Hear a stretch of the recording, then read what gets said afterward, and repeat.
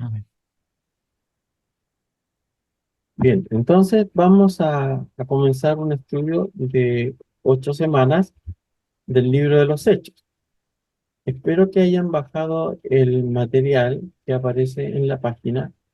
El material está enfocado en ayudar a las personas a realizar un estudio de cualquier libro de la Biblia utilizando el método de análisis y de exégesis que aparece allí en el libro. Sin embargo, lo que nosotros vamos a ver va a ser el comentario del libro de los Hechos. Entonces, las tareas van a ser las que aparecen en la página, en el sitio. Son 8 cuestionarios y un ensayo final de 7 a 10 páginas que yo al final de la clase lo voy a subir al WhatsApp del grupo, donde se proponen 3 temas para que ustedes puedan desarrollar. Entonces, vamos a comentar el libro de los Hechos. Se tienen que realizar las 8 cuestionarios que están allí, más el ensayo final. Entonces, en el material, aunque aparece que ustedes tienen que hacer un análisis de cada capítulo, ustedes no lo hagan. Solo respondan las preguntas, porque las preguntas sí van a ayudar para entender mejor el capítulo. El autor de este estudio nos señala que utilizó 2 libros para realizarlo. Uno para el comentario, que es Weldon Biertel, y el otro, F. Bruce, que utilizó las preguntas. Son súper buenas las preguntas porque nos ayudan a profundizar con respecto al tema. Entonces, repito, el curso tiene que ver con el comentario al libro de los Hechos y nos vamos a guiar por Weldon Biertel. Ustedes tienen que hacer las 8 cuestionarios y al final el ensayo de los temas que ya les voy a subir al final del curso. Entonces, dicho esto, vamos a comenzar entonces con este estudio del libro de los Hechos. Yo le voy a compartir esta presentación para que la vayamos revisando. Bien, entonces, el libro de los Hechos de los Apóstoles, que más bien debería llamarse el libro de los Hechos del Espíritu Santo, por las razones que ya vamos a revisar en adelante.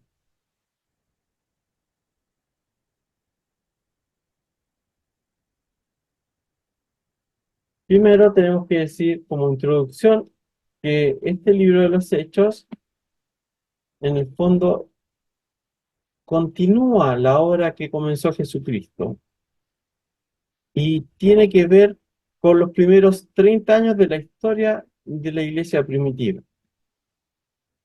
Durante estos 30 años hubo un crecimiento gigante en número y también en las ciudades que pudieron abarcar con el Evangelio. Y ya desde que se constituye una iglesia y comienzan a agregarse nuevos creyentes, es necesario organizarlo y por eso podemos ver también en el libro de los Hechos cómo ya existe una estructura. Y obviamente al existir más gente, los problemas comienzan porque mientras más personas hay, sabemos que el creyente es un pecador redimido, entonces todavía hay una esencia de pecado que hace que existan problemas. El primer siglo, los primeros 50 años de la iglesia estuvo marcada por que los primeros creyentes eran judíos. Entonces, la mayoría eran judíos. Había muy poco gente, muy poco gente. Y si habían, o eran judíos helenistas y muy pocas personas que no eran judíos. Pero ya había una tensión entre el grupo de los judíos puros, digamos, y los judíos helenizantes. que ya también vamos a revisar en el libro. Y este libro de los Hechos nos va a mostrar cómo la iglesia enfrentó estos problemas. No solamente los identificó, sino también los enfrentó. Jesucristo les dio tarea a los apóstoles, a los discípulos, y su tarea consiste en un versículo que es muy conocido por todo el mundo, que es Hechos capítulo 1, versículo 8, y me seréis testigos y van a tener que anunciar este evangelio no solamente en el lugar donde estaban en Jerusalén, sino expandir. Y el libro comienza el relato cuando aparece Jesucristo por última vez en el escenario visible de esta tierra y les da estas instrucciones al final para que los apóstoles en el poder del Espíritu Santo puedan expandir el reino de Dios. Este reino se iba a establecer en todos los lugares del mundo por medio del testimonio. Por eso era necesario que ellos predicaran. ¿Qué iban a predicar? La obra de Jesucristo. ¿Y cómo lo iban a hacer? Con el poder que les daba el Espíritu Santo. Y por eso tuvieron éxito. Si nosotros lo pensamos, eran pocas personas que tenían que abarcar mucho.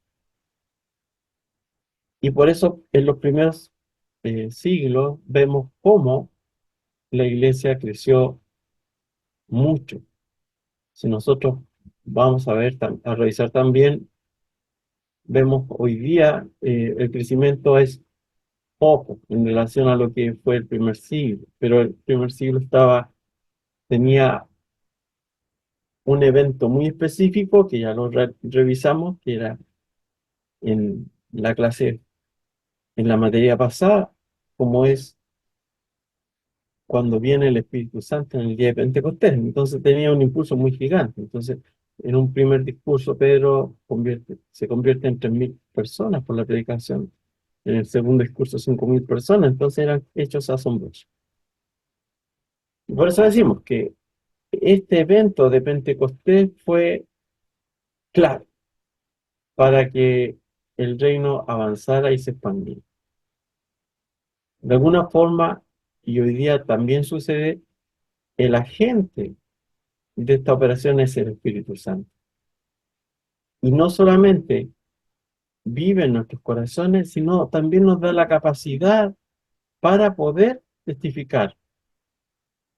Y en ese evento había mucha gente, judíos prosélitos, que se habían establecido durante la diáspora en el exilio de los judíos por toda la cuenca del Mediterráneo, por el norte de África y también por Asia, ¿no? Mesopotamia, donde habían estado por Babilonia. Entonces había muchos judíos de todos esos lugares que se reunieron en ese evento y escucharon el Evangelio. Y por eso vemos que este Evangelio se extiende a diferentes lugares geográficos como Cirene, Chipre, que era una isla que estaba al frente de Israel, y también de la capital del imperio, que era Roma. Y también se mencionan, como decíamos, del Medio Oriente, los mesopotámicos, partos, medos y elamitas.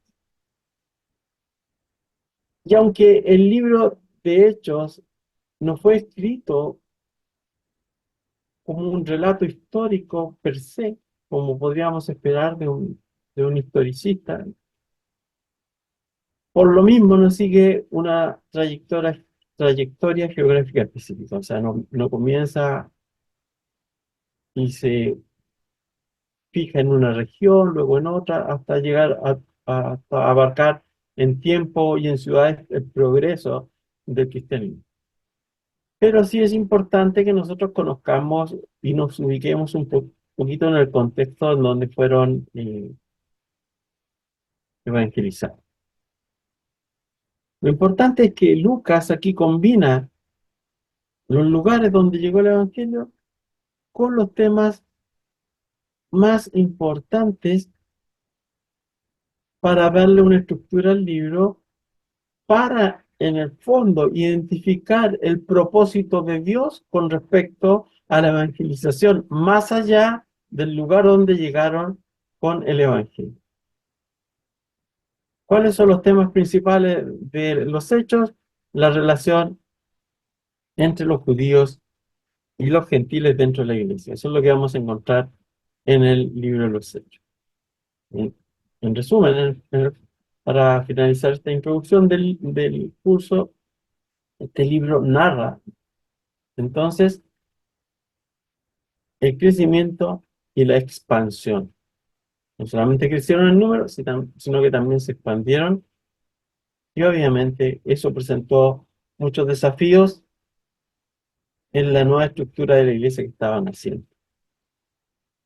Se destaca ampliamente cómo el Espíritu Santo fue el agente impulsor de este evangelismo, y también cómo esta relación entre los judíos y los gentiles presentaba cierta tensión, pero de esta forma se fue desarrollando la iglesia primitiva.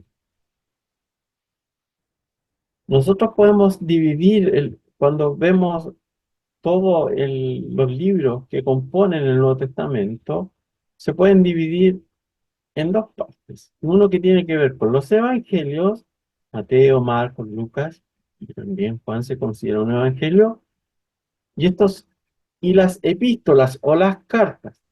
Tenemos las cartas paulinas y las epístolas generales, aparte de un libro que tenemos de profecía que es el Apocalipsis, y, y un libro que es escrito a los hebreos, pero que también se entiende que es del apóstol Pablo. Pero tenemos estos dos contextos, los evangelios y las epístolas. Identificamos entonces a los evangelios previos al nacimiento y al andamiaje, o cómo se comienza a armar la iglesia primitiva, y los evangelios enseñan antes de que esto acontezca, y las epístolas están presuponiendo que la iglesia ya está en marcha. Este libro de los Hechos entonces conecta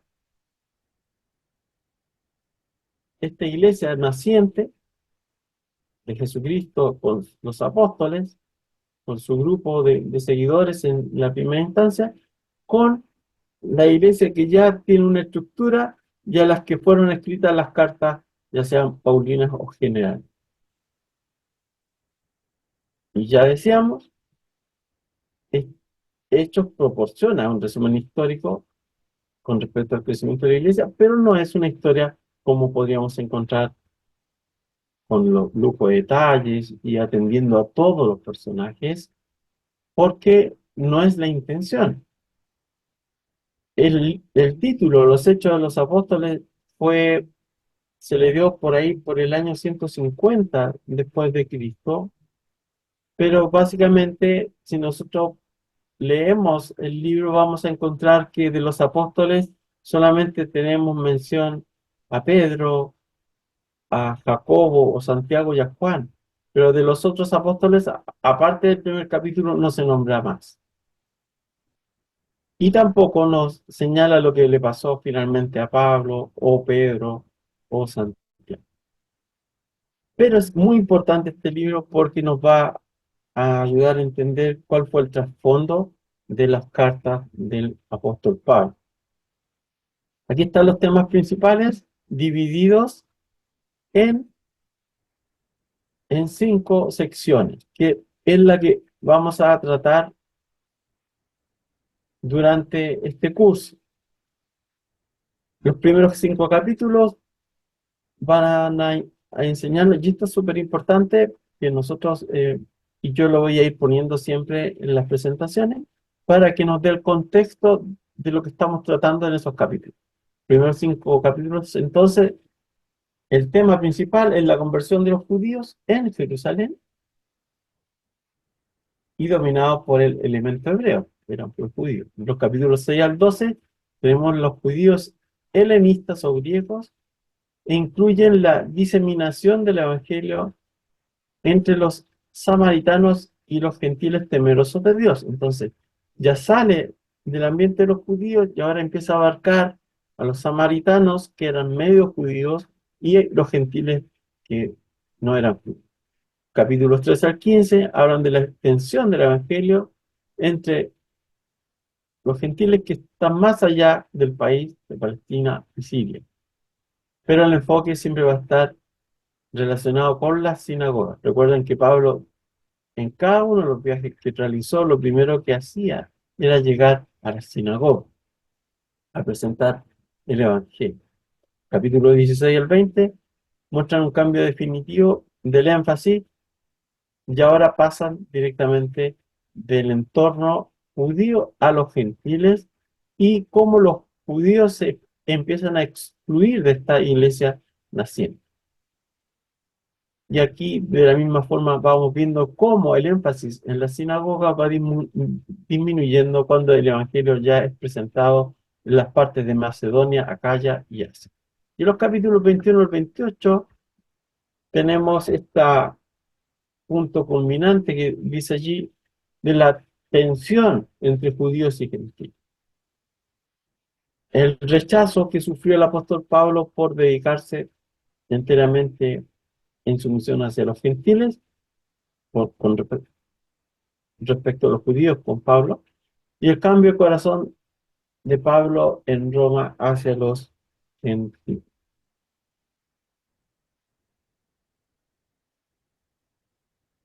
Entonces aquí vamos a revisar los primeros 11 versículos del capítulo 1 que nos hablan, este es el prólogo, el capítulo 1,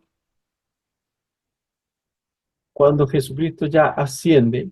Entonces tenemos que decir que esta carta fue dirigida a Teófilo. Nosotros podemos encontrar la misma introducción y podríamos utilizar la misma introducción que aparece en Lucas capítulo 1, los primeros 4 versículos, a la misma introducción que aparece en Hechos, porque trata de lo mismo. Son dos tratados que realiza Lucas a Teófilo. Y esto nos indica que esa era la intención, escribir un relato histórico. Lucas era metódico, era un doctor, por lo tanto, él fue registrando en forma ordenada todas las cosas que fueron sucediendo en la vida de Jesucristo y luego en la vida de la naciente iglesia. Diligentemente, entonces, estudia todos los acontecimientos para registrarlos en su carta. En estos volúmenes, entonces, de Lucas y Hechos, nos habla de la investigación cuidadosa desde el nacimiento de Jesús hasta que Pablo lo vemos yendo hacia Roma. Teófilo, el nombre quiere decir el que ama a Dios y se refiere a alguna persona de una alta posición oficial. El hecho de que se le diga excelentísimo indica que ocupa una alta posición. A todos Félix, por ejemplo, que era un gobernador, también se le daba el título excelentísimo Félix, etc. Entonces, por lo mismo, se cree que Teófilo podría haber sido un oficial romano de alto rango que fue convertido al cristianismo. Pero también algunos autores piensan que era un título más amplio que se le podría dar a cualquier cristiano que amara a Dios en un sentido general. Luego de la resurrección de Jesucristo, se nos narra el propósito del libro de los Hechos. Jesús se sigue apareciendo a sus discípulos y ahí dice durante un periodo de 40 días, y esos son pruebas indubitables, ¿no es cierto?, de la resurrección, y en esos 40 días Él les da instrucciones con respecto a lo que es el reino de Dios, que es distinto del reino que ellos estaban esperando como judíos nacionalistas. Lucas pretendió mostrar cómo el reino de Dios pasa de esta esperanza judía de restablecer un reino mundial como nación, como etnia, a una realidad espiritual mundial, porque eso es el reino de Dios, es el gobierno de Dios en la vida de sus creyentes, ese es el reino de Dios, que se van agregando por medio de la predicación y la regeneración. Cada vez que se convierte en una persona, ahora pasa a formar parte del reino de Dios. Jesús demuestra entonces la presencia de este reino, porque dice, arrepentidos porque el reino de Dios se ha acercado, muestra entonces esta presencia por medio de señales y milagros y el poder para predicar a los discípulos se resolvió cuando vino sobre ellos el evento de Pentecostés y fueron bautizados con el Espíritu Santo. Y este reino no tiene que ver con el poder, ni es físico, ni es político, sino con el don que prometió el Padre, que era nada más y nada menos que el Espíritu Santo morando ahora en nuestros corazones.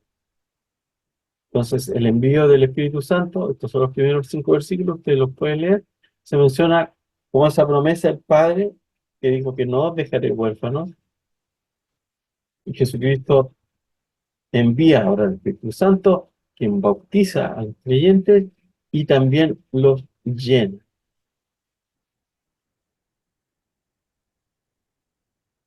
Del versículo 6 al 8 vemos instrucciones con respecto al reino. Los discípulos, los apóstoles, aunque estuvieron mucho con Jesucristo y mucho tiempo, todavía tenían este problema en su mente, que no comprendían de qué se trataba básicamente el reino de Dios, porque le seguían preguntando, aún luego de su resurrección, ya antes de la ascensión, si él iba a restituir el reino en forma política. Entonces tenían una visión limitada. Y nosotros pudiéramos suponer que cuando vieron a Jesucristo crucificado se iban a morir también esas ideas allí, pero no, seguían preguntándole a Jesucristo y ellos tenían la esperanza de que se volvería Israel a restituir como una nación independiente y que autogobernable. Los profetas hablaron de esta venida del reino de Dios, pero ellos hablan que esta venida del reino tenía que ver con la liberación y restauración de Israel. Esto con el fin y el propósito de demostrar la santidad de Dios, que en el fondo fue profanada por las naciones entre las que vivía Israel. La liberación gloriosa entonces de los israelitas atraería a los gentiles para adorar a Jehová. Ese era el pensamiento de los profetas. Y algunos judíos esperaban la venida de un hijo del hombre celestial que iba a restablecer este reino, y otros esperaban también un rey como David, que iba a destruir a todos los enemigos de Dios y establecer un reino de paz y justicia.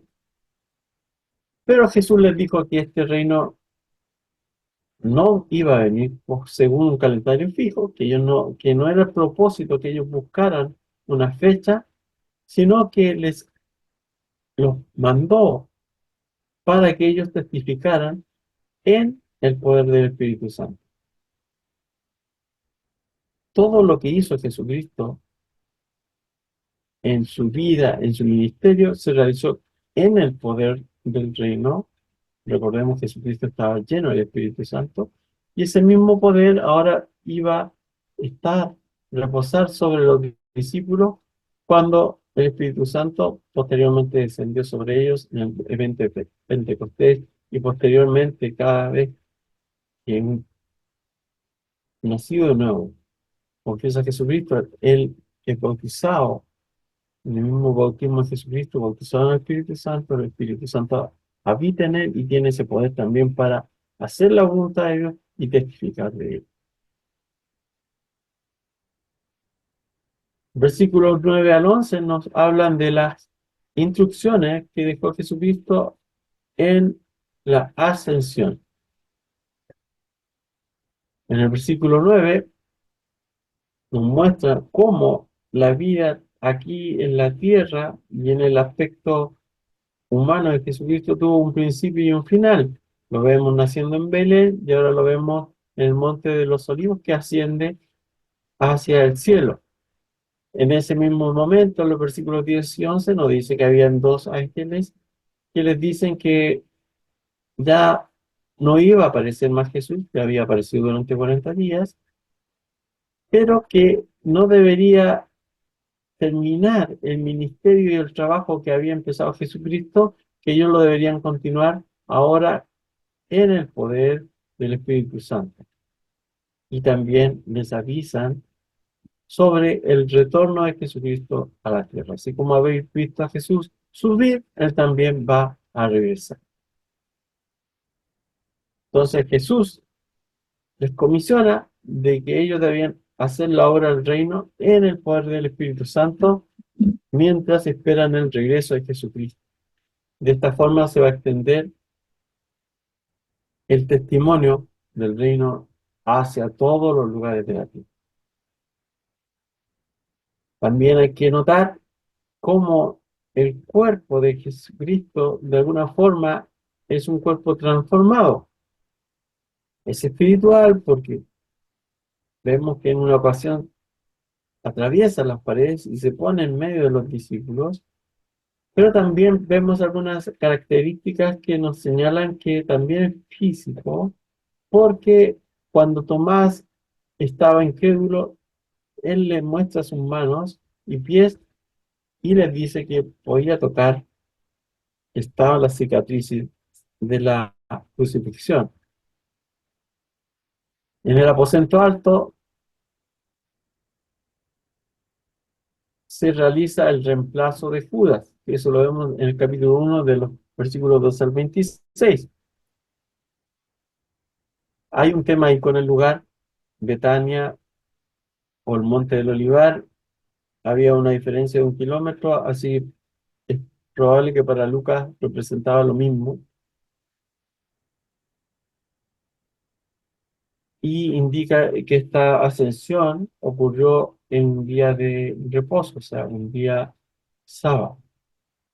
También se especula que este lugar, el aposento alto, podría haber sido el último lugar donde tuvieron la cena, y se identifica como la casa de María, pero no la María madre de Jesús, habían varias Marías. Aquí se identifica como la madre de Juan Marcos, que es el que escribe también el segundo evangelio y quien también acompaña al apóstol Pablo en el primero de sus viajes misioneros. Los apóstoles obedecen la instrucción de Jesucristo y esperan la venida del Espíritu Santo, y en la espera dan testimonio de que estaban orando junto con las mujeres, la madre y los hermanos de Jesús. Por otro lado, es importante mencionar también, como decíamos, María, la madre de Jesús, no se menciona en ninguna parte del libro de los Hechos. No tiene esa relevancia como le dan otras religiones. Los hermanos del Señor que se identifican en los evangelios eran los hijos de María. Se mencionan en Marcos capítulo 6, versículo 3, Jacobo, José, Judas y Simón. Ellos no creían en Jesús, pensaban que estaba loco, muchas veces lo demostraron así, pero se entiende que luego de su resurrección ellos se convierten, principalmente Jacobo o Santiago. También se menciona que una vez resucitado Jesucristo se aparece específicamente a Santiago, quien posteriormente llega a ser un líder en la iglesia naciente de Jerusalén. Hay otros autores que especulan que los hermanos de Jesús eran hijos de José antes del matrimonio, pero tampoco tienen ningún sustento. Vamos a ver también ahora el capítulo 1, desde los versículos 12 al 26, el reemplazo de Judas. Primero, el destino de Judas.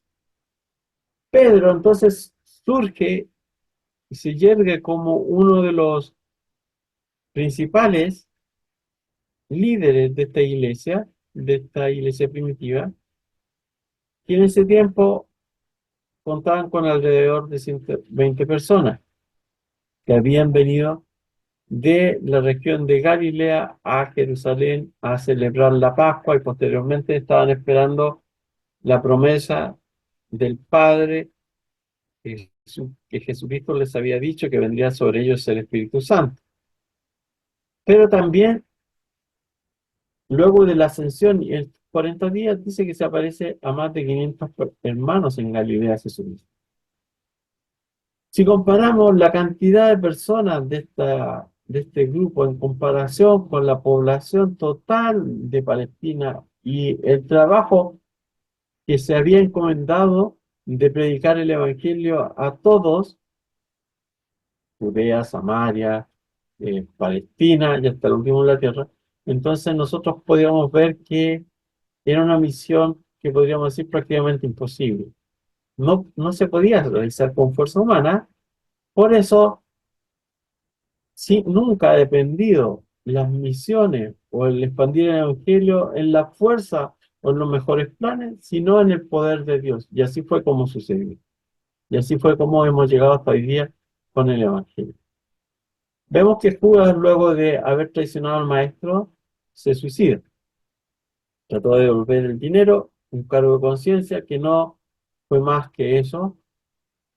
Otros relatos de la época también indican que podría haber sido atropellado. Y ese campo donde él murió fue llamado allí campo de sangre porque con la plata que él devolvió se compró para hacerle la sepultura allí a Judas. También vemos en el capítulo 1 de los versículos 21 al 26 la elección de Matías. Luego que ellos estaban reunidos, vemos que para deliberar de cualquier asunto ellos utilizaron las escrituras. En ese tiempo tenían completo el Antiguo Testamento, por los rollos que se traspasaban en hebreo o por la versión griega de los 70 que también circulaba en griego en el tiempo de los apóstoles. Pero ellos interpretaron Salmo 109.8 para realizar la elección de un sucesor de Judas, que se había suicidado. Pero la naturaleza de este oficio, así como el oficio de profeta, que Jesucristo dijo, los profetas hasta Juan era un oficio, el oficio de apóstol también fue un oficio que es diferente del don, fue un oficio de ese momento, no era transferible, no se podía transferir. Entonces, el, lo que hicieron allí, digamos, no estuvo de acuerdo con la voluntad de Dios, como lo veremos más adelante. También ahí se nombra que en griego es apóstolos, que es enviado, pero la palabra hebrea, shaliach, tiene que ver no con el que ha sido enviado, sino más bien con que el que lo envía. Entonces, en el fondo, Dios comisiona a otro hombre para tomar el lugar del traidor. Y en este caso fue Pablo. Y por eso vemos que cuando Jacobo fue asesinado, el apóstol, no el hermano de Jesús, no se selecciona a nadie para reemplazar. También vemos cuando en este hecho de la elección del sucesor de Judas, vemos cuál era la naturaleza de la función apostólica y los requisitos. Y uno de ellos era haber estado con Jesús desde que él fue bautizado hasta la muerte y también haber presenciado la resurrección. Por eso es inconcebible que hoy día pudieran existir apóstoles, como algunas personas se hacen llamar. ¿Cuál era el trabajo del apóstol? Era dar testimonio de las enseñanzas de Jesucristo debido a la resurrección de él. Luego que los evangelios fueron escritos y divulgados en la iglesia, ya no era necesaria entonces la palabra de los apóstoles. Habían dos personas que cumplían estos requisitos para reemplazar a Judas, pero ya vimos que el apóstol Pablo recibió esta comisión especial para presentarse a los gentiles. También vemos estos procedimientos, en la elección vemos cómo la iglesia utiliza estos procedimientos administrativos, cómo existen procedimientos administrativos, cómo es necesario organizarse para deliberar. Y eso es lo que ha llegado hasta ahora. Ellos utilizaron la forma de tirar unas piedritas, ¿cierto? Pero ahora ya vemos que esto ha cambiado, que el que guía la iglesia es el Espíritu Santo. También vemos que hay un simbolismo con respecto a los líderes de la iglesia por las 12 tribus, por los 12 apóstoles. Bien,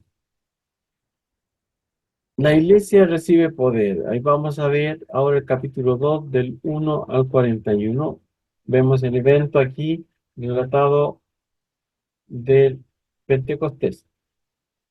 La iglesia fue comisionada, como en ese tiempo ahora, de anunciar el evangelio en todo el mundo. Entonces, ya no solamente son los judíos, sino también aquí forman parte los gentiles. Ya lo dijimos, parecía imposible, eran 120 personas. Si hacemos un cálculo matemático, tendríamos que uno por cada 30.000 personas era la relación de los que tenían que convertir. Era muy difícil. Y si agregamos a todo el mundo gentil, ya era imposible. También siempre hay polémica sobre qué es este don del Espíritu Santo en Pentecostés, ya que anteriormente también se manifestó el Espíritu Santo en otros eventos relacionados con Jesús, pero ya lo vimos en otro curso. Una cosa es la llenura del Espíritu Santo. Jesucristo estaba lleno del Espíritu Santo, pero no podríamos decir que él no tenía el Espíritu Santo, porque Jesucristo era Dios. Entonces, por eso esas polémicas como que no tienen mucho sentido. También dijimos, el pueblo de Dios son todas las personas que están bajo el gobierno de Dios en forma espiritual y también física. Y la iglesia está formada por todas estas personas y por los que van creyendo, se van agregando a este número del reino de Dios. La iglesia está para adorar a Dios y toma esta estructura y esta organización que fue dada en la iglesia primitiva con el efecto y con el propósito de llevar a cabo esta gran comisión. El concepto, vamos a ver brevemente el concepto del Espíritu en el Antiguo Testamento. Esto lo vimos en la clase pasada, pero vimos que el desarrollo del pensamiento y de la doctrina del Espíritu Santo en el Antiguo Testamento no fue entendido como en el Nuevo Testamento, era progresivo. No se entendía como una personalidad, se entendía como un poder de Dios para la creación, en la vida de las personas también, porque había hombres con dones especiales, con- como la sabiduría, el entendimiento. También se capacitaba a los reyes, a los líderes del pueblo, y era la fuente del mensaje de los profetas, y ellos hablaban siendo inspirados por el Espíritu Santo. Lo que Dios decía se materializaba con el poder del Santo Espíritu, por eso los cielos y las tierras fueron creados con el poder de Él.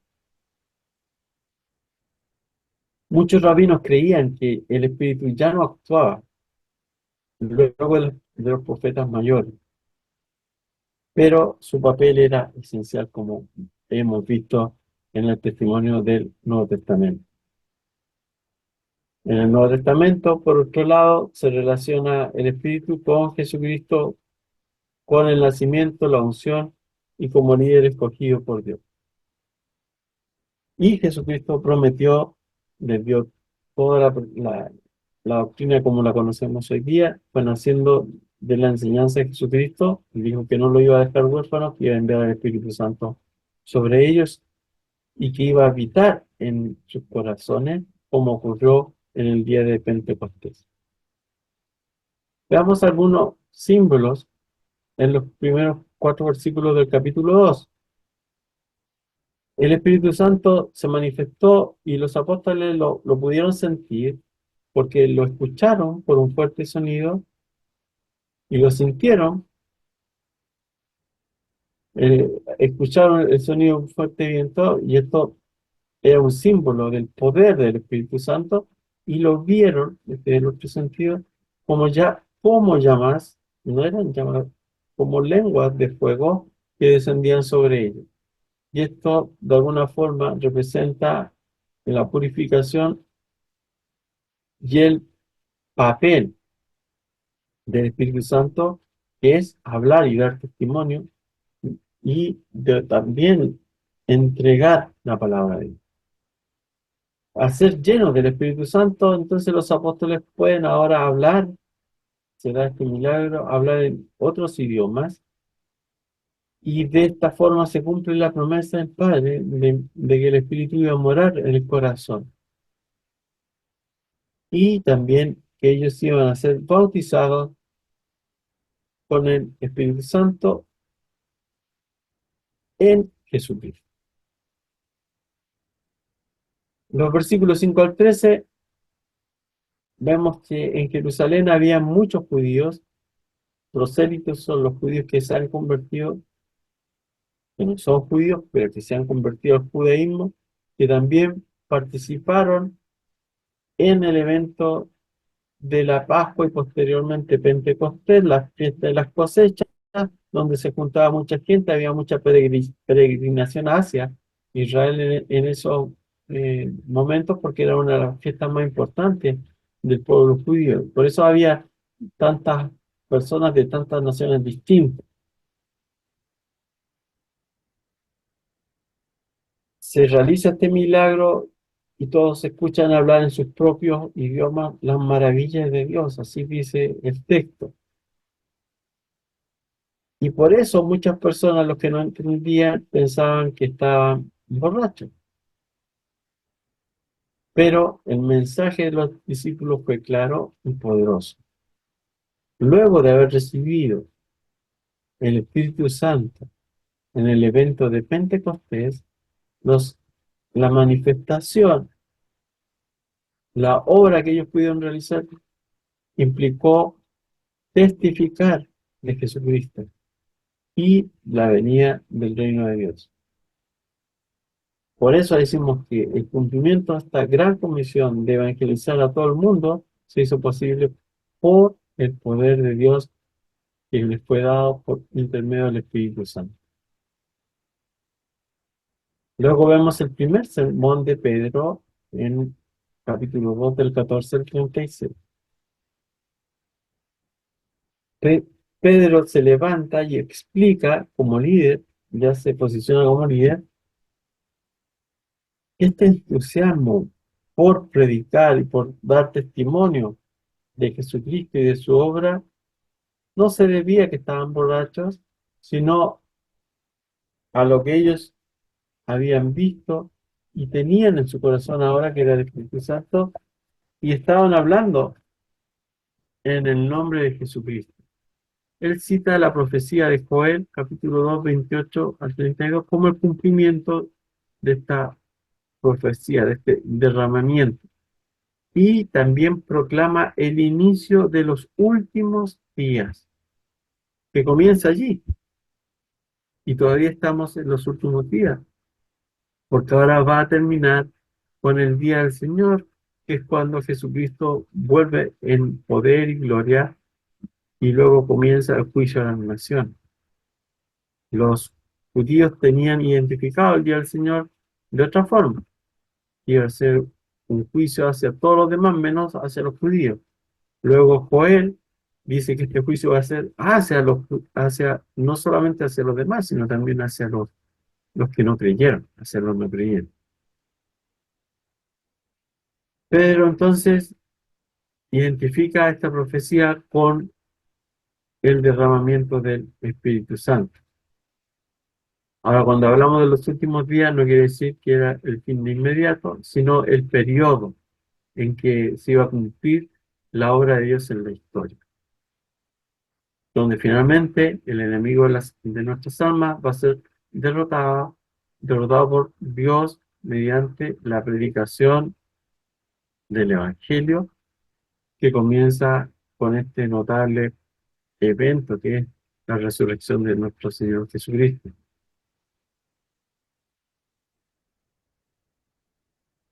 Dios se manifestó en Jesucristo y por eso Él pudo realizar tantos milagros. Y Pedro identifica aquella cosa que hizo Jesucristo con el poder de Dios que estaba presente en Él.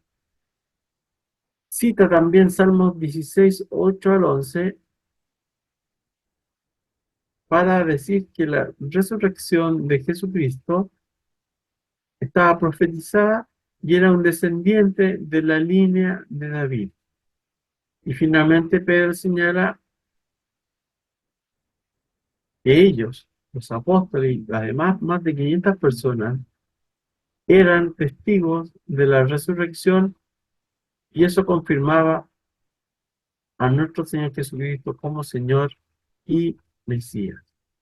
El hecho de que Jesucristo haya resucitado demuestra que Dios ha aprobado este sacrificio y también nos muestra la divinidad de Jesucristo y cómo Él es el ungido, cómo Él es el que debían ellos adorar como Dios.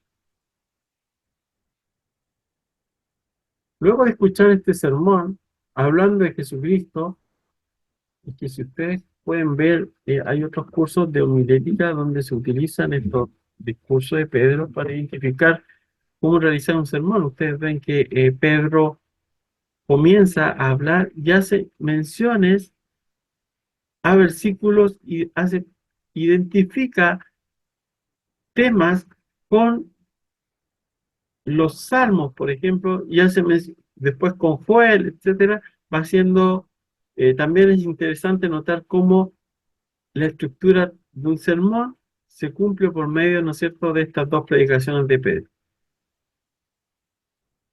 Luego de escuchar este sermón, luego de este evento de Pentecostés, vemos que el Espíritu Santo se cumple la promesa de convencer al mundo de pecado. En el día de Pentecostés, la gente al escuchar este sermón dice que fueron compungidos en sus corazones y le preguntan a Pedro, ¿qué tienen que hacer? Pedro les dice que se tienen que arrepentir y que se bauticen en el nombre de Jesucristo para el perdón de sus pecados y recibir el don del Espíritu Santo. Entonces, todo esto viene en un conjunto, es un paquete. Entonces, por eso decimos nosotros que un cristiano, cualquier cristiano, tiene el don del Espíritu Santo, ha sido bautizado en el Espíritu Santo. No es necesario pedir un nuevo bautismo. Y también recalcamos, como lo hace la Confesión de Fe de Westminster, que es necesario el arrepentimiento. Sin arrepentimiento no podría haber regeneración. No como muchos evangelistas que se saltan esta parte, pero hay que enfatizar. Por eso dice que el bautismo simboliza el arrepentimiento, o sea, el cambio de actitud primero hacia Jesús y también hacia la misma persona, porque ella da un giro completo y eso es lo que se conoce como la regeneración y eso finalmente implica el perdón de los pecados. Aceptar a Jesucristo como el Mesías, como el ungido y como el libertador, digamos, es la base para recibir ahora el Espíritu Santo que ahora mora en nuestros corazones y ahora formar parte del reino de Dios. Y Pedro también explica que esta promesa no solamente es para los judíos, sino también es extendible a todas las naciones. Entonces, todos los que han sido elegidos por Dios son de todas las naciones, no solamente judíos. Les exhorta a huir de la generación perversa que se opone a Dios. Ya desde que Jesucristo comienza su ministerio, había mucha oposición, sobre todo de los líderes, saduceos, los fariseos, etcétera, el Sanedrín completo. Y ahí 3.000 personas fueron salvas en ese día. Como el contexto era que habían personas y prosélitos judíos de varias naciones, se entiende cómo entonces el evangelio se fue extendiendo rápidamente por todo el imperio romano. No solamente abarcó a Jerusalén, porque luego de la fiesta de Pentecostés, ellos regresaron a su tierra. Y aunque en el libro de los Hechos no se menciona el origen de todas las iglesias fuera de Palestina, de Judea, se sabe entonces que había representantes de todos estos países en Pentecostés y que ellos escucharon el Evangelio y entendemos de que ellos fueron los que finalmente pudieron llevar también este mensaje a las demás naciones. Bueno, por tiempo no vamos a poder terminar todo. Vamos a terminar el capítulo 2. Nos van a faltar tres capítulos. Pero después de esto la iglesia dice que creció en número. Y al crecer en número era necesario instruir a las personas, a los nuevos creyentes. No sabemos cuánto tiempo se quedaron más en Jerusalén, pero dice que los apóstoles les enseñaban, se dedicaban a enseñar la doctrina, lo que aprendieron de Jesucristo, y también a memorizar estas palabras de Jesús.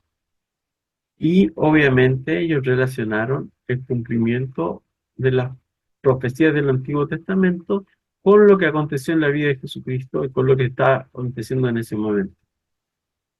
También se habla de que en esos tiempos tuvieron mucho compañerismo, eh, partían el pan, ¿no es cierto? También se habla de la comunión, no solamente de la Santa Cena, sino que también ellos podían compartir tiempo juntos hablando del Señor. Y a través de la oración, ellos van experimentando el poder y la presencia de Dios. Lo que en un principio, al principio de la iglesia, nosotros vemos cómo ocurrieron muchos milagros, porque era necesario para dar testimonio de este inicio del Evangelio de Dios, del reino de Dios. Ahora, lo principal de todo esto es que estaban en comunión. Más que hablar de una estructura organizativa, aquí hay que destacar que los primeros cristianos tenían comunión. Entonces, por eso el texto dice que es mejor definir la iglesia como una comunión del pueblo de Dios a través de la fe y revestida por el Espíritu Santo. Y que el hilo conductor es la relación que se tiene con nuestro Señor Jesucristo mediante el bautismo. Entonces, eso es lo que vamos a revisar hoy día. Yo les voy a enviar eh, esta presentación que tiene los primeros 5 capítulos para que ustedes también, es un resumen, sí, de lo que tienen también en su trabajo, pero para que ustedes puedan revisarlo con mayor detenimiento del capítulo 3 al capítulo 5. Tenemos un par de minutitos, si que alguien tiene alguna acotación o alguna pregunta, lo puede hacer.